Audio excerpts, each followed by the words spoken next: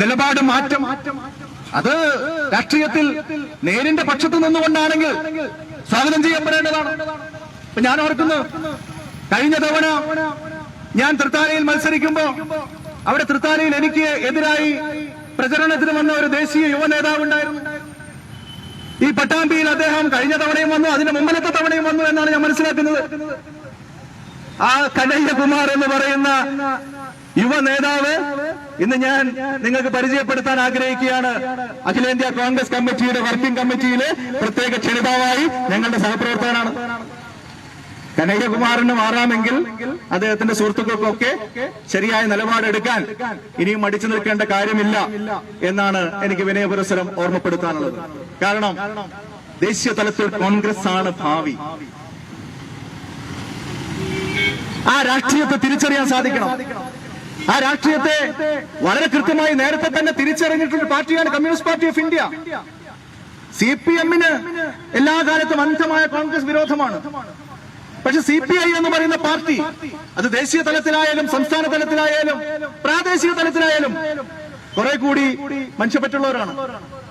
കുറെ കൂടി മാന്യമായ രീതിയിൽ രാഷ്ട്രീയ ഇടപെടലുകൾ നടത്തുന്ന ആളുകളാണ്.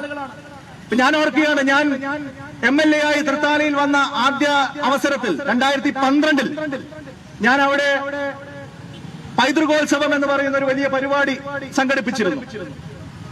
ആ പൈതൃകോത്സവ പരിപാടി ഞങ്ങൾ സംഘടിപ്പിച്ചപ്പോ സ്വാഭാവികമായിട്ടും എന്റെ പാർട്ടിയുടെ, എന്റെ മുന്നണിയുടെ പല പാർട്ടികളും അതിനെ അഭിവാദ്യം ചെയ്തുകൊണ്ടുള്ള ഫ്ലക്സ് ബോർഡുകളൊക്കെ ഉയർത്തി.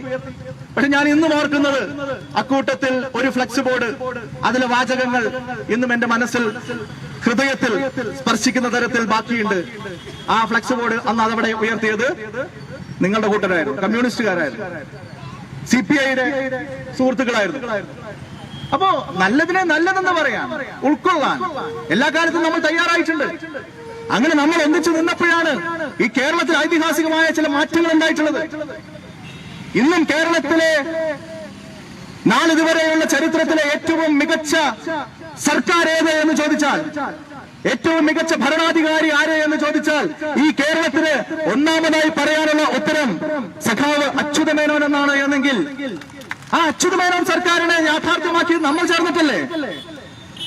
അങ്ങനെ കോൺഗ്രസും CPI-യും ചേർന്ന് അച്യുതമേനോന്റെ നേതൃത്വത്തിൽ സർക്കാർ ഉണ്ടാക്കിയ കാലഘട്ടത്തിലാണ് ഇവിടെ ജന്മിത്തം അവസാനിപ്പിച്ച് ഇവിടെ ഭൂപരിഷ്കരണം നടപ്പാക്കിയത് എന്നുള്ള യാഥാർത്ഥ്യം ഇന്ന് CPM-കാർ സമ്മതിക്കില്ല.